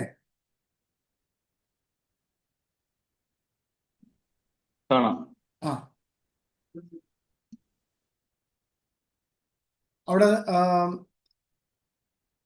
ലേവ്യ പുസ്തകത്തിന്റെ സംഭവമായിട്ടാണ് അത് അവിടെ കാണിച്ചിരിക്കുന്നത്. അത് ഞാൻ ഇങ്ങനെയാണ്: മോശയുടെ എളിമ, അതായത് അനവ. ഈ ഹീബ്രു പദം എളിമയ്ക്ക് പറഞ്ഞിരിക്കുന്നത് അനവ എന്നാണ്. എത്ര അധികമാണെന്ന് ജ്ഞാനികൾ അതിനെ സംസാരിക്കുന്നു. അതായത് വേദപണ്ഡിതന്മാർ അതിനെക്കുറിച്ച് പറയുന്നത് ഇങ്ങനെയാണ്: ദൈവം തന്റെ സാന്നിധ്യത്തിലേക്ക് പൂർണ്ണ പ്രവേശനം നൽകിയിരുന്നില്ലെങ്കിലും യഹോവ തന്നെ ഒഹേൽ മോദിലേക്ക്, കൂടിക്കാഴ്ചയുടെ കൂടാരത്തിലേക്ക് വിളിക്കുന്നത് വരെ അവൻ കാത്തിരുന്നു. ലേവ്യ പുസ്തകം വൈക്ര എന്നാണ് നമ്മള് ലേവ്യ പുസ്തകത്തിന് എബ്രായ ഭാഷയിൽ പറയുന്നത്. അവൻ വിളിച്ചു എന്നാണ് അർത്ഥം. എന്നതിനാൽ നിന്നാണ് ആരംഭിക്കുന്നത്. വലിപ്പം കുറഞ്ഞ ഒരു ആലഫ് അവിടെ എഴുതിയിരിക്കുന്നത് നിങ്ങൾ ശ്രദ്ധിച്ചോ? അത് മോശയുടെ എളിമയുടെ ഒരു അടയാളമായിട്ടാണ് ഇതിനെ എബ്രായ ജ്ഞാനികൾ അതിനെ അഭിപ്രായപ്പെടുന്നത്. വൈക്ര എന്ന പദം ആലഫ് ഇല്ലാതെ വൈക്കർ അവൻ സംഭവിച്ചു എന്ന് എഴുതാൻ മോശ ആഗ്രഹിച്ചു. സംഖ്യാപുസ്തകം 33:4 ബിലെയാമൻ യഹോവ അങ്ങനെ സംഭവിച്ചു എന്ന് വിവരിക്കാൻ ഉപയോഗിച്ച അതേ പദം തന്റെ എളിമയിൽ യഹോവ പതിവായി തന്നെ വിളിക്കുന്നുവെന്ന് സൂചിപ്പിക്കുന്ന ഒരു വാക്ക് ഉപയോഗിക്കുവാൻ മോശ ആഗ്രഹിച്ചിരുന്നില്ല. എന്നിരുന്നാലും ദൈവം അവനെ മറികടന്ന് ആലഫിനെ ഉൾപ്പെടുത്തണമെന്ന് നിർബന്ധിച്ചു. പക്ഷേ മറ്റുള്ളവരുടെ മുൻപാകെ അവന്റെ എളിമയുടെ അടയാളമായി വലിപ്പം കുറഞ്ഞ ഒരു പതിപ്പ് ഉപയോഗിക്കുവാൻ മോശയെ ദൈവം അനുവദിച്ചു. നമുക്ക് എന്താണ് പറയുന്നത്, നമ്മുടെ പുസ്തകം നമുക്ക് കാണാൻ പറ്റുന്നുണ്ടോ? നിങ്ങൾക്ക് സ്ക്രീൻ കാണാൻ പറ്റുന്നുണ്ടായിരുന്നോ? കാണാം.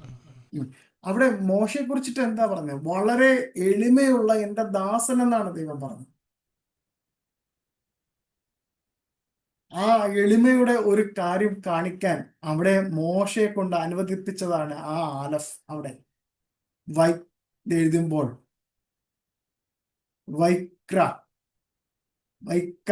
അവിടെ താഴെ ഈ ഇവിടെ ഒരു എന്താ പറയാ, ആ ആലഫിന്റെ ഇപ്പുറത്ത് ഇട്ടിരിക്കുന്നതാണ് റേഷ് എന്നുള്ള പദം. ആ റേഷിന്റെ അടിയിൽ ഒരു ടി ഇട്ടിട്ടുണ്ട്. അത് ആ ശബ്ദത്തെ പ്രൊഡ്യൂസ് ചെയ്യാനായിട്ടാണ് ഇടുന്നത്. ആ പട്ടാക്ക് എന്നത് പറയും. ആ പട്ടാക്ക് ഇടുന്നത് ആ എന്നുള്ള ശബ്ദം ഉണ്ടാക്കാനായിട്ടാണ്. അത് ഗ്രാമറാണ്. നമുക്ക് അത് അടുത്ത കൊല്ലം നമുക്ക് ദൈവം അനുവദിക്കുകയാണെങ്കിൽ നമുക്കത് പഠിക്കാം. ഓക്കെ, ഇവിടെ ഒരു മനുഷ്യൻ കിടക്കുന്ന ഒരു പടം നിങ്ങൾക്ക് കാണുവാൻ കഴിയും അല്ലേ? ഒരു മനുഷ്യൻ വളരെ വിസ്താരത്തിലാണ് കിടക്കുന്നത്. എന്നെക്കാളും ഒക്കെ നീളമുണ്ട്. എനിക്ക് ആകെപ്പാട് 5 അടി 5 ഇഞ്ച് നീളമേ ഉള്ളൂ. പക്ഷെ എനിക്ക് തോന്നി കിടക്കുന്ന മനുഷ്യന് ഒരു 6 ഫീറ്റ് കാണും മിക്കവാറും. ഹീസ് എ യൂറോപ്യൻ, സോ അവർക്കത് കാണും. പക്ഷെ അയാളെക്കാളും വലിപ്പമുണ്ട് ഈ ഒരു ബൈസൺ അല്ലെ? അതിന്റെ ആ സ്ട്രെങ്ത്തിനെ കാണിക്കുന്നതാണ്. അപ്പൊ അയാളെക്കാളും വലിപ്പമുണ്ടായിരുന്നു. ഇത് അന്നത്തെ കാലത്ത് ഇതേ കണക്കുള്ള ഈ കാളക്കുറ്റന്മാർ ഈ കുന്നിന്റെ ചെരുവിലും താഴ്വരയിലും ഒക്കെ ഇങ്ങനെ നിരന്നു നിൽക്കുമായിരുന്നു. അവരിത് കാണുമായിരുന്നു. അവരുടെ ഇടയിൽ അന്ന് ശക്തിമത്തായിട്ടുള്ള ഒരു മൃഗത്തെ ആയിട്ടാണ് ഇത് കണ്ടിരുന്നത്.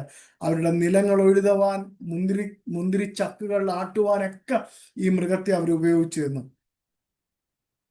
ഇത് കാണിക്കുന്നത് ദൈവത്തിന്റെ മഹാശക്തിയെ കുറിച്ചിട്ട് കാണിക്കുന്നതായിട്ടാണ്. അതായത് ദൈവമായിട്ടല്ല കാണുന്നത്. നിങ്ങൾ ഒരിക്കലും അങ്ങനെ പോയി തെറ്റിദ്ധരിക്കരുത്. അപ്പം ഇത് അങ്ങനെയാണ് നിങ്ങൾ കാണേണ്ടത്. അപ്പം നിങ്ങൾ അതിനെ അങ്ങനെ മനസ്സിലാക്കണം. ഇത് ഇത്രയാണ് നമുക്ക് ആദ്യമായിട്ട് നമുക്കിത് കാണുവാനുള്ളത്. അതേപോലെ നമുക്ക് ഇതിലേക്ക് തിരിച്ചു വരാം. നമുക്ക് ഒരു സ്ലൈഡും കൊണ്ട് തിരിച്ചു വരാം. ലൂക്കോസിന്റെ സുവിശേഷം 13-ാം അധ്യായം അതിന്റെ 34-ാമത്തെ വാക്യം ഒന്ന് വായിക്കാമോ അഭിലാഷ്? നിങ്ങളുടെ മനസ്സിലെ വെളിപ്പാട് പുസ്തകം 1:8 നിങ്ങളുടെ മനസ്സിലുണ്ടാവണം. ഞാൻ ആലഫ് തൗവാണെന്നുള്ളത്. അത് വെച്ചിട്ട് നമുക്ക് ലൂക്കോസിന്റെ സുവിശേഷം 13-ാം അധ്യായം അതിന്റെ 34-ാമത്തെ വാക്യം ഒന്ന് വായിക്കാം. അഭിലാഷ്,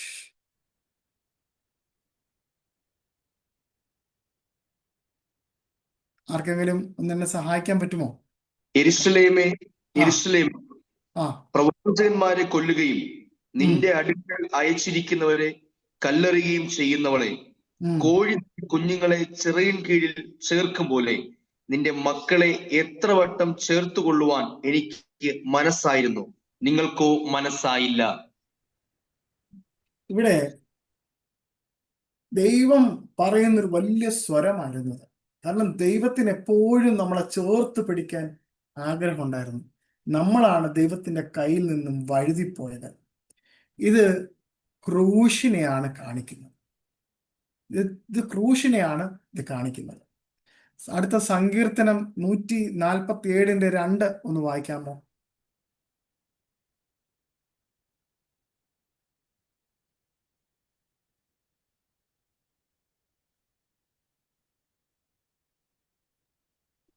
യഹോവ യെരൂശലേമിനെ പണിയുന്നു, അവൻ ഇസ്രായേലിന്റെ പൃഷ്ടന്മാരെ കൂട്ടിച്ചേർക്കുന്നു.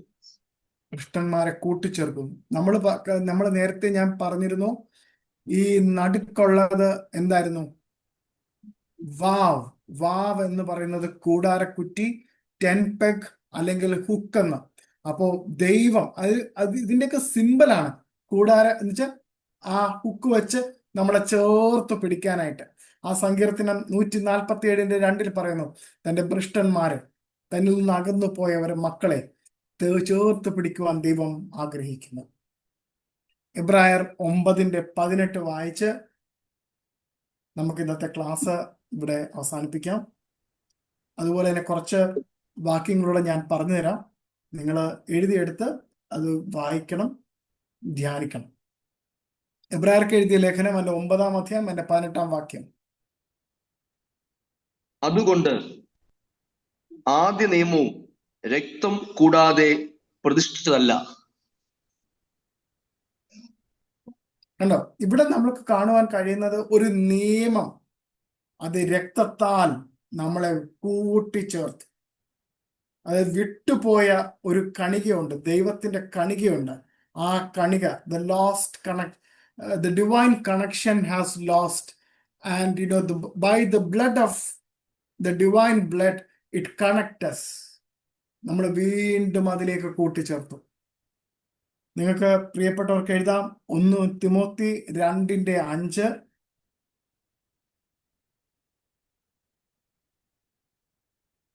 യോഹന്നാന്റെ സുവിശേഷം 14:6, റോമാക്കാർക്ക് എഴുതിയ ലേഖനം 8:34, എബ്രായർക്ക് എഴുതിയ ലേഖനം 8:6, എബ്രായർക്ക് എഴുതിയ ലേഖനം 9:15. നമുക്ക് വീണ്ടും അടുത്ത ആഴ്ചയില് ആലഫിന്റെ കുറച്ച് കാര്യങ്ങളും കൂടി നമുക്ക് പഠിക്കാനുണ്ട്. അതും കൂടെ പഠിച്ചിട്ട് നമ്മൾ അടുത്ത ആഴ്ചയിൽ വീണ്ടും നമ്മൾ ബെയ്ത്തിനെ കുറിച്ച് പഠിക്കും. ബെയ്ത്ത്. ഓക്കെ, അടുത്ത ആഴ്ച കുറച്ചും കൂടി നമുക്ക് ആലഫിനെ കുറിച്ച് പഠിക്കാനുണ്ട്. ആലഫ് ഒന്ന് നമ്മൾ പഠിച്ച കാര്യങ്ങൾ തന്നെ ആയിരിക്കാം, ഒന്ന് റിഫ്രഷ് ചെയ്യാനും കൂടെ ഒന്നും കൂടെ നാക്കിയിട്ട് നമുക്ക് ബെയ്ത്തിലേക്ക് പോകാം. അപ്പം ആർക്കെങ്കിലും എന്തെങ്കിലും നമ്മൾ പഠിച്ച ഈ ഒരു കാര്യവുമായിട്ട് എന്തെങ്കിലും സംശയങ്ങളുണ്ടെങ്കിൽ ചോദിക്കാം.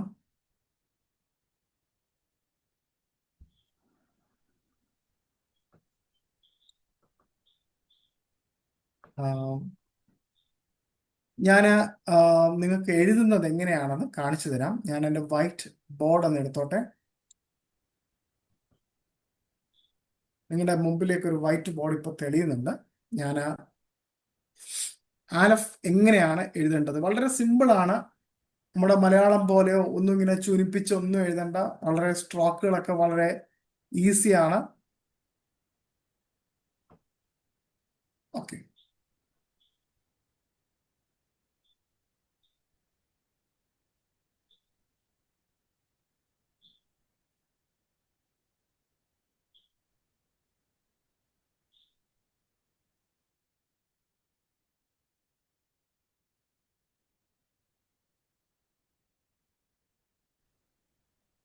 ഇങ്ങനെ ഒരു ഡയഗണൽ വരയ്ക്കുക.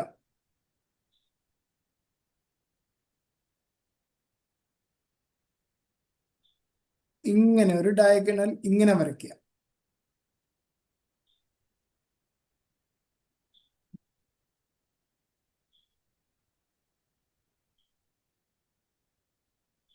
ഒന്നുകൂടെ സോറി, ഞാൻ വരയ്ക്കാം. ഇതിനകത്ത് വേറെ വരയ്ക്കാൻ നേരത്ത് വേറെ കയറി വന്നിരുന്നു, അതുകൊണ്ടാണ് ഞാനത് കളഞ്ഞത്. സോറി. സോറി, ഒന്നുകൂടെ എടുക്കട്ടെ.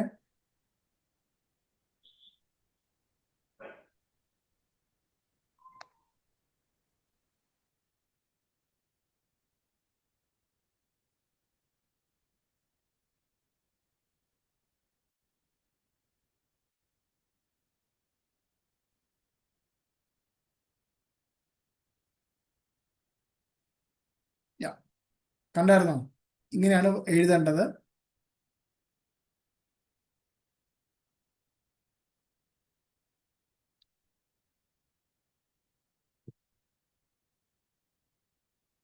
ഇങ്ങനെ ഒരു ഡയഗണൽ വരയ്ക്കുക. ഇങ്ങനെ ഒരു ഡയഗണൽ വരയ്ക്കുക. ഇങ്ങനെ വരയ്ക്കുക. ആരും ഇടയ്ക്ക് കയറി വരയ്ക്കല്ലേ, പ്ലീസ്. കാരണം ഞാൻ അതുകൊണ്ടാണ് ഇടയ്ക്ക് മായ്ച്ചു കളഞ്ഞത്. നിങ്ങൾ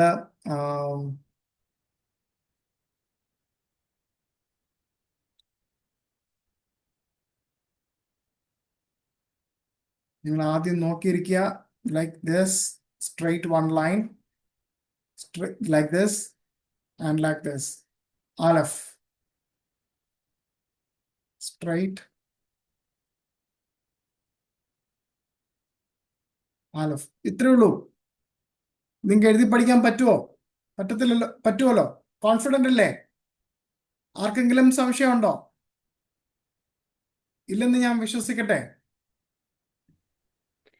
സാറേ, ഇത് സ്ട്രെയിറ്റ് ലൈൻ വരയ്ക്കണമെന്നുണ്ടോ അതോ ഇങ്ങനെ കേർവ്ഡ് ലൈൻ വരയ്ക്കണമെന്നുണ്ടോ? ഞാൻ സ്ട്രെയിറ്റ് ലൈൻ അല്ലല്ലോ സാർ മാം വരച്ചത്. ഞാൻ ഒന്ന് സ്ട്രെയിറ്റും ഒന്ന് കേർവുവാ. നമ്മൾ വരയ്ക്കുന്നതിന്റെ ഒരു കുഴപ്പമാപ്പാ. ഞാൻ ഈ മൗസ് വെച്ച് വരയ്ക്കുവോ, അതിന്റെ ഒരു പ്രശ്നമാണ്. ഇങ്ങനെ ഒരു വരയ്ക്കുക. ഇത് സ്ട്രെയിറ്റ് തന്നെയാണ്. ഇടയ്ക്ക് എനിക്കൊന്നും ഇത് നമ്മുടെ മേശയുടെ ഒരു പ്രശ്നം കൊണ്ടാണ് ഇത് വരുന്നത്. എന്നിട്ട് ഇങ്ങനെ ഒരു വര വരയ്ക്കുക.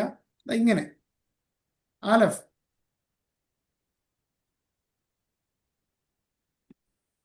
ഇത്രേ ഉള്ളൂ. ആലഫ്. കിട്ടിയോ? Thank you. Okay, fine. സാറേ, നമുക്ക് തന്നിരിക്കുന്ന slide, flash card straight line ആണ്. അതായത് സംശയം വരുന്നത്. ഓക്കെ. അല്ല, ഞാൻ ഇവിടെ വരയ്ക്കുന്നതിന്റെ കുഴപ്പമാണ്. ഞാൻ എഴുതുമ്പോ കറക്റ്റ് ആവും നോട്ട്ബുക്കിൽ. അതല്ല, അപ്പൊ സ്ട്രെയിറ്റ് ലൈൻ ആണോ എന്നുള്ളതാണ് ചോദ്യം. ഓക്കെ. ആ സ്ട്രെയിറ്റ് ആയിട്ട് അങ്ങനെ എഴുതണം. അത് അങ്ങനെ തന്നെ എഴുതേണ്ടത്. ഇങ്ങനെ വരച്ചു. ഉണ്ടോ? ഇത്രേ ഉള്ളൂ. അത് മനസ്സിലായി. പക്ഷെ തന്നിരിക്കുന്ന നമുക്ക് പ്രിന്റ് ഔട്ട് നേരത്തെ എടുത്തല്ലോ. ഓക്കെ. നമ്മൾ എഴുതുമ്പോൾ ഇങ്ങനെയാണ്, പക്ഷെ അതെന്ന് പറയുന്നത് പ്രിന്റ് ആണ്. പ്രിന്റിൽ വരുമ്പോ അതിന് ഉപയോഗിച്ചിരിക്കുന്ന ഒരു ഫോണ്ട് ആയതുകൊണ്ടാണ് അങ്ങനെ വന്നിരിക്കുന്നത്. നമുക്ക് എഴുതുമ്പോൾ നമുക്ക് ഇങ്ങനെ തന്നെ എഴുതാം. അല്പം വളഞ്ഞിരിക്കണം. ഓക്കെ. പിന്നെ അടുത്ത ഒരു സംശയമുള്ളത്, സംസാരിക്കുമ്പോൾ ആലഫ് എന്ന് പറയുന്നു. എന്നാൽ ചിലടത്ത് മലയാളത്തിൽ എഴുതിയിരിക്കുന്ന അലഫ് എന്ന്. അപ്പൊ ഏതാ അതിന്റെ ശരിയാണ്? ആലഫാണോ അലഫാണോ? അലഫാണ്. അലഫ് അലഫ് അല്ല. അലഫ്. കാരണം നമ്മളിപ്പോ പഠിക്കാൻ വേണ്ടിയിട്ടാണ് നമ്മൾ ആലഫ് ആലഫ് എന്ന് പറയുന്നത്. അത് കഴിഞ്ഞതിന് ശേഷം നമ്മൾ അലഫ് എന്നേ പറയുള്ളൂ. അത് നമ്മൾ വായിക്കുമ്പോൾ, അതായത് നമ്മൾ ഇനി കുറെ കാര്യങ്ങൾ അങ്ങോട്ടും അങ്ങോട്ട് വായിക്കുമ്പോൾ, ഒരു പാരഗ്രാഫ് ഒക്കെ വായിക്കുമ്പോൾ ഈ അലഫ് വരുന്നിടത്ത് ആലഫ് എന്ന് വായിക്കാൻ പാടില്ല. കാരണം ആ സൈലന്റ് ലെറ്റർ ആണെന്നാണ് നമ്മൾ പഠിച്ചത്. അപ്പോൾ ആയിക്ക് സ്ട്രെസ് കൊടുക്കണ്ട, അലഫ് എന്ന് വായിച്ചാൽ മതി. കേട്ടോ, ഞാൻ നിങ്ങളെ പഠിപ്പിക്കാൻ വേണ്ടിയിട്ടാണ് ആലഫ് എന്നൊക്കെ പറഞ്ഞ് പഠിപ്പിക്കുന്നത്. അത് കഴിഞ്ഞിട്ട് നമ്മുടെ പ്രൊനൗൺസിയേഷൻ കറക്റ്റ് ചെയ്യണം. വളരെ ഇമ്പോർട്ടൻ്റ് ആയിട്ടൊരു കാര്യമാണ് സാറ് പറഞ്ഞത്, aleph. Very good. Thank you. എന്തെങ്കിലും പറയാം. സംശയം നിങ്ങൾ ചോദിക്കണമെങ്കിൽ ചോദിക്കാം. ഒരു 2-3 ദാവേ, നന്ദിയുള്ളവനെ, കരുണയുള്ളവനെ, ഞങ്ങളെ അനുഗ്രഹിക്കണമേ കർത്താവെ, കുഞ്ഞുങ്ങളെല്ലാം അനുഗ്രഹിക്കണമേ, അവരുടെ കർത്താവെ ഹല്ലേലൂയ സുവിശേഷ പ്രവർത്തനങ്ങളും കർത്താവെ ശുശ്രൂഷകളും എല്ലാം അങ്ങ് മാനിക്കണമേ, അനുഗ്രഹിക്കണമേ, വിടുവിക്കണമേ, സൗഖ്യമാക്കണമേ, പുലർത്തണമേ എന്ന് പ്രാർത്ഥിക്കുന്നു. യഹോശുവയുടെ എല്ലാ കരങ്ങളും അവരുടെ ജീവിതത്തിൽ വെളിപ്പെട്ടു വരട്ടെ എന്ന് പ്രാർത്ഥിക്കുന്നു. നന്മയും കരുണയും ആയുഷ്കാലമൊക്കെയും നടക്കുമെന്നുള്ള വചനം പറഞ്ഞ് ഞാൻ അനുഗ്രഹിക്കുന്നു അപ്പാ, യഹോശുവയുടെ നാമത്തിൽ തന്നെ. ആമേൻ, ആമേൻ, ആമേൻ. ഷലോം.